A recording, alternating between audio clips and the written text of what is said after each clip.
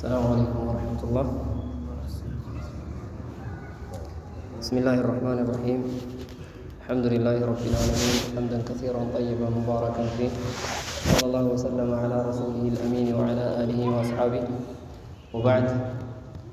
الله تعالى ፈቃዱ ከሆነ ትንሽ ማስታወሳችሁ ነገር ይኖራል። ከዛ በፊት እንደምታውቁት ረመዳን ነው። ረመዳን ማለት ጾም ምን ማለት ነው? ዑለማዎቹ እስጢላሐን ማለት ነው። በዑለማ አገላለጽ፣ በኢስላም ሊቃውንቶች አገላለጽ ጾም ማለት ማዕናዊ ከሆነና ሒስይ ከሆነ ነገር መታቀብ ማለት ነው። ማለትም ሒስይ ነገሮች የሚበሉ የሚጠጡ ነገሮች ናቸው። ጾም ያበላሻሉ፣ ከነሱ መራቅ ነው። ሁለተኛው ደግሞ ማዕናዊ የሆኑ ውሸትና መሰል አላስፈላጊ ንግግሮች፣ አላስፈላጊ ሙሐረማት የሆኑ ስራዎችን መራቅ ነው ማለት ነው። እና አላሁ ተዓላ ከሰዎች ጾምን ግዴታ ሲያደርግ እንዲራቡ ፈልጎ አይደለም። አላህ እኛ እንዳንራብ አላህ ራሱ ነው ኩሉ ያለ፣ ብሉ ተመገቡ ብሎ ያዘዘው እሱ ራሱ ነው። እንደዚሁ 2 ቀን አከታትሎ መጾምን የአላህ መልእክተኛ ዓለይሂ ሰላቱ ወሰላም ይከለክላሉ። ለምንድን ነው? ሰው ረሃብ ላይ እንዲወድቅ አይፈለግም። ይልቁኑ ከጾም የሚፈለገው አላህም በቅዱስ ቃሉ ላይ እንዳብራራው ለዓለኩም ተተቁን ነው ያለው። ተቅዋ እኔን ፍራቻ እንድታገኙ ይከጀላልና ይላል። እና ተቅዋ ማለት በአላህ ገመድ መታሰር ማለት ነው። በአላህ ፍራቻ ጥንቃቄ የተሞላበትን እንቅስቃሴ በማንኛውም ሁኔታ መንቀሳቀስ ማለት ነው። እና 2 ሰዎች በጣም የሚገርም ሐዲስ ነው። ያው 2 ሰዎች አንድ ላይ መጡና ወደ አላህ መልእክተኛ ሰለላሁ ዐለይሂ ወሰለም አንድ ላይ እኩል ነው የሰለሙት። እኔ ሐዲሱን ለመደጋገም ሳይሆን የሆነ ጎኑን ለማሳየት ብቻ ነው የፈለኩት። እና አንድ ላይ መተው ሰለሙ። አንደኛው ሁሉም ሰው እኩል አይደለም፣ በዒባዳ ተሳትፎ እኩል መሆን አይችልም ማንም ሰው። አንዱ በጣም ሙጅተሂድ ነው፣ ታጋይ ነው፣ ዒባዳ ላይ በጣም ይሳተፋል። አንዱ ደግሞ ደከም ያለ ነው። 2 ሰዎች የሰለሙት ልብ በሉ አንድ ላይ ነው። እና ጠልሓ ናቸው ረዲየላሁ ዐንሁ ወአርዳ ይህን ሐዲስ የሚያወሩት። ሲመጡም አይተዋቸዋል፣ በህልማቸው አዩ፣ በመናም ማለት ነው። በመናማቸው እነዚህን 2 ሰዎች አላሁ ተዓላ አሳያቸው። ሲሞቱ አሟሟታቸው ይሄ በጣም ታጋይ የነበረው ሰው በአላህ መንገድ ተጋድሎ ነው የሞተው፣ ሸሂድ ነው የሆነው። አንዱ ደግሞ ተኝቶ ነው የሞተው። ይሄኛው ሰውዬ ከጀነት አንድ ሰው መጣና ጠልሓን በር ላይ ነበሩ፣ ጀነት በር ላይ በመናም ነው መጣና ና ግባ ተባለ። ማን ነው ግባ የተባለው? መጀመሪያ ተኝቶ የሞተው ነው። ሁለተኛውን ቀጥሎ መጣና ይሄ የጀነት ኻዚኑል ጀና ማለት ነው መጥቶ ተመልሶ ይሄኛውን ግባ አለው 2ኛ ዙር ላይ። 3ኛ ዙር ተመለሰና ከጀነት ወጥቶ ምን አለው ለጠልሓ ረዲየላሁ ዐንሁ ወአርዳ አንተ ተመለስ አለ። አንተ ቀንህ ገና አልደረሰምና ተመለስ። ጠልሓ ነቁና ከልማቸው በጣም ተገርመው ለሰሃቦቹ ማውራት ጀመሩ። ሲወራ የአላህ መልእክተኛ ጋር ሰለላሁ ዐለይሂ ወሰለም ደረሰ ወሬ። ሲደርስ ከምንድን ነው የተገረማችሁት አሉ። ተመልከቱ ሱብሓነላህ። እኔ እድሜን እንድታዩልኝ ነው የፈለኩት። የእድሜ ባለጸጋዎች፣ የእድሜ ባለሀብቶች፣ ሁላችንም የእድሜ ባለሀብቶች ነን። እድሜ እንዲህ እንደ ቀልድ የሚታይ ነገር አይደለም ልላችሁ ነው። እና 1 ዓመት በመቆየቱ ሙጅተሂድ የነበረ አብዝቶ ሲለፋ የነበረ በአላህ መንገድ ውዱ ነገሩን ያልሰሰተ ህይወቱን ማለት ነው ያልሰሰተ ሰው ተቀደመ ጀነት በመግባት። ይሄንን የአላህ መልእክተኛ ሰለላሁ ዐለይሂ ወሰለም ሲያብራሩ 2ኛ ዙር መጠራቱ ምንድን ነው የሚያሳየው? ከምድር እስከ ሰማይ ያክል ርቀት አላቸው አሉ በጀነት ደረጃቸው። ሸሂዱ ተቀደመ እያልን ነው በደረጃ። ለምንድን ነው? ይሄ ሰው አላሁ ተዓላ 1 ዓመት ዕድሜ ስለሰጠው በዛ ውስጥ ጾም ጾሟል፣ ሰላቶችን ሰግዷል። በዚህ አጋጣሚ ጾም ነው ርዕሳችንም ጾም ነው። ነገር ግን ጾም ከሰላት የሚበልጥ ነገር አይደለም በፍጹም። ጾም ከሰላት በልጦም አያውቅም። ስለ ዕድሜው ከሆነ ብዙዎቻችን እንዳንዘናጋ ነው። ረመዳን ስለሆነ ቁርአን እንዲቀራ ዚክር እንድንዘክር የአላህ መልእክተኛ ሰለላሁ ዐለይሂ ወሰለም ሰሂህ በሆነ ሐዲሳቸው ላይ ኒዕመታን ይላሉ። 2 የአላህ ጸጋዎች አሉ፣ ሁሉም የተንበሻበሹበት። መግቡኑን ፊሂማ ከሲሩ ሚነናስ ጉብን ذلك يوم التغابن ይላል አላሁ ተዓላ። ይሄ የኹብን ቀን ነው ይላል። የውመል ቂያማ የውሙ ተጋቡን ተብሏል። እና መግቡኑ ፊሂማ ከሲሩ ሚነ ናስ ብዙ ሰዎች ይከስራሉ አሉ። ክስረት ማለት ነው። ኹብንን ሙፈሲሮቹ ሲያብራሩ ምን አሉ? እቃ መግዛት ነው አሉ። አንድ ሰው በ2 ሚሊዮን ብር እቃ ገዛ። መኪና ሊሆን ይችላል። ገዛና በጣም ደስ ብሎታል። 4 ሚሊዮን የሚሸጠውን መኪና በ2 ሚሊዮን አገኘው ብሎ በጣም ደስታ በተሞላበት ከጎኑ ሌላ ሰው ራሱን መኪና ይዞ መጥቶ ስንት ገዛኸው ሲለው አጋጣሚ 1 ሚሊዮን ገዛው ይለዋል። እሱ 2 ሚሊዮን በመግዛቱ በቃ በጣም እንዳተረፈ ስሜት ተሰምቶታል።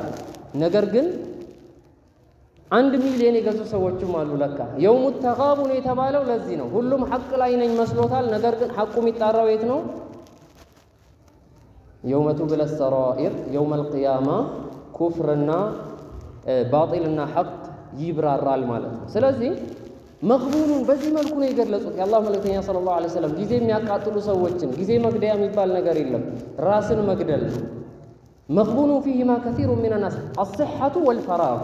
ሲሐ ጤና፣ አንተ ጋር ያለ ትልቅ ሀብት ጤና፣ አንተ የምታገኘውን ደስታ ቁጭ ብለህ እረፍት ምን እንደሆነ የማያውቁ ሰዎች አሉ። ቁጭ ብለው ተኝተው ቆመው እኩል ነው ለነሱ፣ በሽታ ላይ ናቸው። ይሄንን አንተ የምታጣጥመውን እረፍት ደክሞኛል ልረፍ ብለህ የምታርፈውን እረፍት ማረፍ የማይችሉ ሰዎች አሉ። እና ጤና ትልቅ ሀብት ነው። እድሜ እንደዚሁ ሀብት ነው። ይሄ ሰሃቢይ በምንድን ነው እያልን ነው ቀድሞ የገባው ጀነት? እድሜውን ተጠቅሞት ነው ወደ አጅር ቀየረው፣ ወደ ገንዘብ ቀየረው ማለት ነው። ወደ ሀብት ቀየረው። ሀብታም ሆነ፣ የአኼራ ሀብታም ኸይር በመስራቱ ባለችው እድሜ ተጠቀመ ጊዜውን ማለት ነው። እና ሰላትን ረመዳን ሲመጣ ሸይጣን ታሰረ፣ ማሻአላህ መስጂድ ይሞላል። በጣም ብዙ ሰዎች ወደ ቁርአን ይሳተፋሉ። የዒባዳ አይነት አይቀረንም፣ እናጠራምሰዋለን። ረሃብተኛ ነው ረመዳን ሲመጣ ሁሉም ሰው ለኸይር ስራ ማለት ነው። በደንብ ይሰራል ማሻአላህ። ይሄ ደግሞ መቀጠል አለበት። ሐታ የእትየከል የቂን ሞት እስኪመጣ ነው መቀጠል ያለበት። የሆነ ሰሞን ስራ አይደለም፣ የዲን ስራ ስንሞት የሚቋረጥ ነው መሆን ያለበት። እና ስናስቀድም ደግሞ ሰላታችንን እናስቀድም። ሽርክ የሌለበት ሰው ሰላቱን በስርዓት ሰግዶ የሰው ደም የሌለበት ሰው ወላሂ በትልቅ ኸይር ውስጥ ነው ያለ። በሰፊው ዲኑ ውስጥ እየዋለለ ነው፣ በደስታ እየዋኘ ይገኛል። ይሄ ሰው ሀብታም ነው ማለት ነው። እና ሰላት የሌለው ሰው አወሉ ማ ዩሓሰቡ ቢሂ ልዓብዱ ዐንደ ላሂ የውመል ቂያመቲ ሰላህ። መጀመሪያ ባሮች ከአላህ ፊት ያን ሁሉ ስራ ይዘህ ሄደህ መጀመሪያ ኦዲት የምትደረገው ግን ሰላትን ነው። ሰላት ከተበላሸ ጾሙ የለው ማፊ ፋይዳ አይጠቅምም ማለት ነው። ሰላቱ ላይ ድንበር አልፎ ሰላቱ ላይ ቸል ብሎ ጾም ላይ መረባረብ ይሄ ተገቢ አይደለም። ጾሙ ጥሩ ነው፣ ነገር ግን ሰላትም ላይ በዛው ልክ ተሳትፎ ማድረግ አለብን። ለምን አልዓህዱ አለዚ በይነና ወበይነሁም ሰላህ ፈመን ተረከሃ ፈቀድ ከፈር። በእኛና በኩፍር መካከል ያለው ልዩነት አሉ ሰላት ነው አሉ። ያችን ሰላትን የተወሰው በእርግጥም ከኢስላም ወጥቷል ይላሉ የአላህ መልእክተኛ ሰለላሁ ዐለይሂ ወሰለም። ለነግራችሁ የፈለኩት ርዕስ ዋናው ምንድነው ኢንሻአላህ ስለምትለው ቃል ነው። ካላስረዘምኩኝ አጭር ነገር ነው ምለው። አላሁ ተዓላ ይሄን አስመልክቶ بعد أعوذ بالله من الشيطان الرجيم من ይላል ولا تقولن لشيء إني فاعل ذلك غدا። እኔ በፍጹም እኔ ነገ ይሄን አደርጋለሁ እንዳትል ብሎ ይከለክላል። ነገ እንሄዳለን ነገ እንዲህ እናደርጋለን ብሎ ማለት አይቻልም። ኢላ አን የሻእ አላህ ከፈቀደ እንጂ ኢንሻአላህ ብለህ እንጂ ብዙ ሰው ስለሚዘናጋ ነው እዚህ ላይ ነገ እንሄዳለን ይላል በቸልተኝነት። ሙሉ መብት ያለውም ይመስላል። ላ ነገ ያንተ ዛሬ ናት ያንተ፣ ነገ ያንተ መሆኗ ገና አልተረጋገጠም። ነገ እኖራለሁ ብለው ያልኖሩ ሰዎች አሉ። ምናልባትም አንተም ነገን መምለክ አትችልም። ኢነላህ የፍዐሉ ማ ዩሪድ፣ የፈለገውን የሚሰራ አንድ አላህ ብቻ ነው። ዛሬም ነገም የፈለገውን ይሰራል። የሰው ልጅ ግን ነገ ይሄን አደርጋለሁ፣ ነገ እንሄዳለን፣ ነገ እንገናኛለን ካለ ኢንሻአላህን ማስቀጠል አለበት። መዘናጋት የለብንም። ሁል ጊዜ ከአላህ ጋር ያለን ትስስር ቅርብ መሆን አለበት። ነገራቶቻችንን አላህ እንደሚቆጣጠር ወማ ተሻኡነ ኢላ የሻእ አላህ።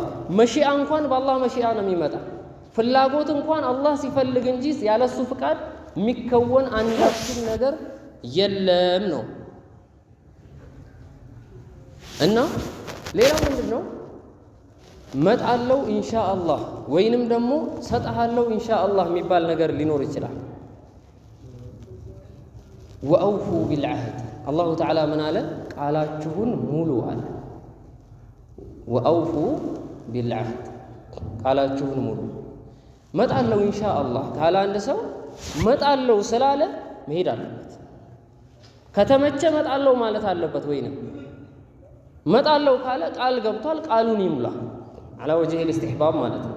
ቃሉን ይሙላ። ኢንሻአላህ በማለቱ የሚቀር ነገር የለም። ኢንሻአላህ ማለቱ ጥሩ ነው። ነገር ግን